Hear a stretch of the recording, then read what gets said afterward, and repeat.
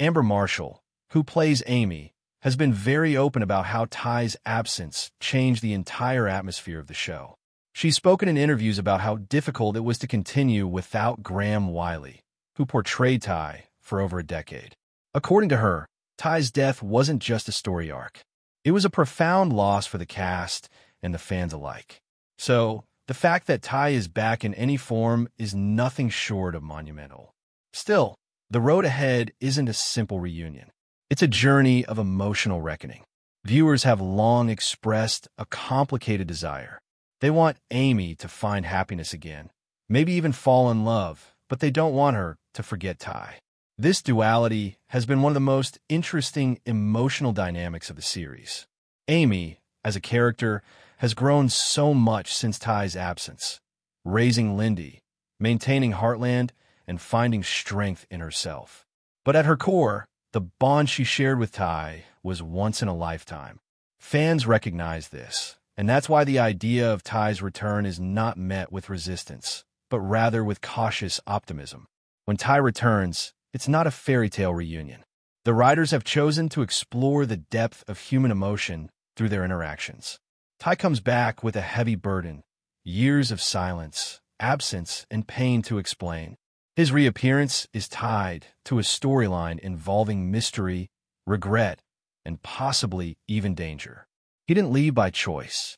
Circumstances beyond his control, perhaps something like the Witness Protection Program or a hidden danger, forced him into disappearance. Now, as he stands before Amy again, he knows words are not enough. But he tries. He apologizes sincerely, explaining why he vanished and why he stayed away. His regret is real, and it's palpable in every word. Amy, on the other hand, is overwhelmed by a flood of conflicting emotions: love, rage, relief, confusion. For years, she mourned him. For years, she raised their daughter alone, and now he's here alive. That kind of emotional whiplash isn't easily processed.